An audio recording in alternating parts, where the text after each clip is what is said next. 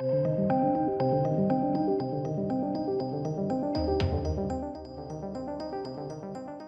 ladies and gents, you ever get that sinking feeling that people are taking a piss?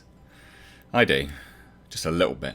Leonardo DiCaprio, known for standing in front of the UN and mouthing off about climate change and, you know, rallying behind this cause. Now, FYI, like I'm not going to sit here and say that, you know, there is no climate change. I don't know enough about it. I'm not an expert. What I do know is that someone that was genuinely concerned about it wouldn't be sat on a $110 million yacht polluting the environment like Leonardo DiCaprio does. Fucking hypocrite. So I thought we'd take a good look at this because this is utterly hilarious and just goes to show how much of a giant douche canoe he really is. All my sort of seafaring aqua-based jokes today. Anyway, if you're new here, please do hit subscribe, please do give the video a like, and please do share it. I enjoy diving into some of these topics every now and then. And Leonardo DiCaprio did this whilst talking about a movie. So this is funny, I tell you. Let's dive into it. So Hollywood elitist and global warming activist Leonardo DiCaprio makes the bold prediction, and it is pretty bold. I wouldn't make this, I don't know what I'm talking about. That the Earth has literally, I think people use literally too literally. Literally 9 years left on its ticking clock. That's right, he has smelt his farts way too much and believes he knows it all. So Hollywood elitist and global warming activist Leonardo DiCaprio has recently made quite the bold prediction, claiming that the Earth literally has 9 years left on its ticking clock if people don't take science seriously. Again, remember, ladies and gents, is that whole age-old, you know, rules for thee, not for me, whilst he sits there on his $110 million yacht. Absolute hypocrite. So whilst promoting his latest film, Don't Look Up, DiCaprio said that we literally have a 9-year window to prevent a worldwide climate crisis before Earth's ticking clock winds down. Again, I'm not gonna say that. I'm not gonna say any of that. I don't know what I'm talking about. Literally 9 years? I'd say that sounds a little too extreme. Don't Look Up is a Netflix-produced film that stars DiCaprio and Jennifer Lawrence. I did a review on it. I thought it was quite funny, to be perfectly honest. I know a lot of people hated it, but I thought it was quite funny. But anyway, so he did the media tour for all of this. And it honestly, it looks like one of those things where like an actor has, you know, just embodied their role way too much. And now he believes he's a scientist. I reckon that's what's happened here. You know, what would have been funnier is if, you know, on one of the many other roles you've done, DiCaprio, that was what you sort of aligned yourself with mentally. Not this. This is not funny. This just makes you look like a dipshit. So anyway, here we go. He told Deadline this, and this is what's so funny. To tell you the truth, there were some other films that were conflicting with Don't Look Up, but I'd always wanted to do a film about this subject matter. It's incredibly hard to tackle the subject matter over the climate crisis in a 2 to 3 hour format.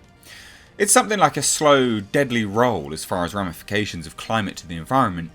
I really just felt like Adam McKay cracked the code with this idea of it becoming a comet and have society and the media and people make it a partisan issue. The actor went on to reveal that he's had 2 great passions in his life, explaining that these passions are acting and the protection of the natural world and getting the message out about climate crisis. You know what? He's laughing at you whilst he's sat on his $110 million yacht polluting the environment, whilst purporting to firmly be passionate about it. Bollocks. I've had a foundation for 20 years. I go to Glasgow on a jet. I got to see world leaders make some pretty substantial commitments. And he added, explaining that, much like Don't Look Up, there is a ticking clock. DiCaprio then asserted, I think there's a worldwide sense of anxiety about the fact that the powers that be, the private sector governments, are not making the transition fast enough. We literally have a 9-year window.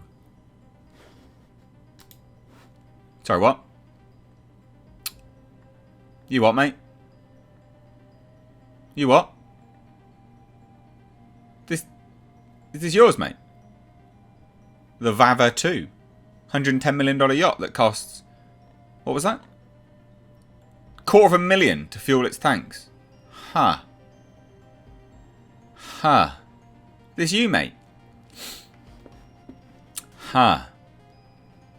Yeah, this doesn't quite cut it, mate. Yeah, no, I'm not quite believing that you give a shit. Not at all, in fact. You know, I mean, the manufacturer of the yacht can accommodate 22 guests, 30 crew, and has a range of 5,700 miles. When its tanks are fully laden with 115,000 gallons of diesel. Wow. Oh, what's this? Oh, it produces 238 kilograms of carbon dioxide per mile. Almost as much as the average British car emits in 2 months. It does that in 1 mile. Huh. Huh. But remember, ladies and gents, it's got a ticking clock. He really cares. You know what? Whenever I see these plebs doing this stuff, and whenever I think of like the stuff which Boris Johnson's been, you know, found out to do recently, all I can think of is South Park, where the owner of Shell or BP or whatever it is like, I'm sorry. That's all I can think of right now. This absolute raging douche canoe. Can you believe the gall of this man? The absolute gall. So check this out. Remember, bear in mind, remember, 2 months. His yacht puts out as much pollution in 1 mile as a car does in literally 1 month, right? That is the correct use of literally. Mathematics there. Anyway, so he says this. So, this movie is certainly not that far off as far as the urgency of the matter. Explaining, right? So he explains this. A lot of this has been shrouded and complicated by fake scientists who have been hired by oil companies in order to distract from the evidence about the impacts of too much carbon in our atmosphere. Mate, what are you on about? Your yacht puts out 238 kilos of carbon per mile. What are you on about, son? But remember, it's just maybe those fake scientists, maybe they duped you.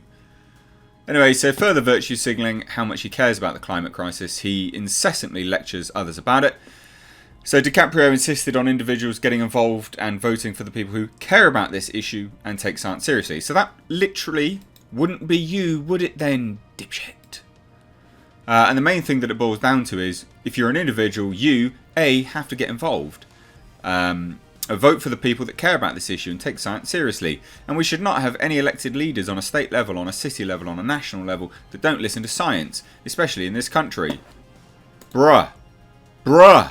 238 kilos. That's what a car in the UK puts out in, 2 months. 2 months. In a mile. Bruh.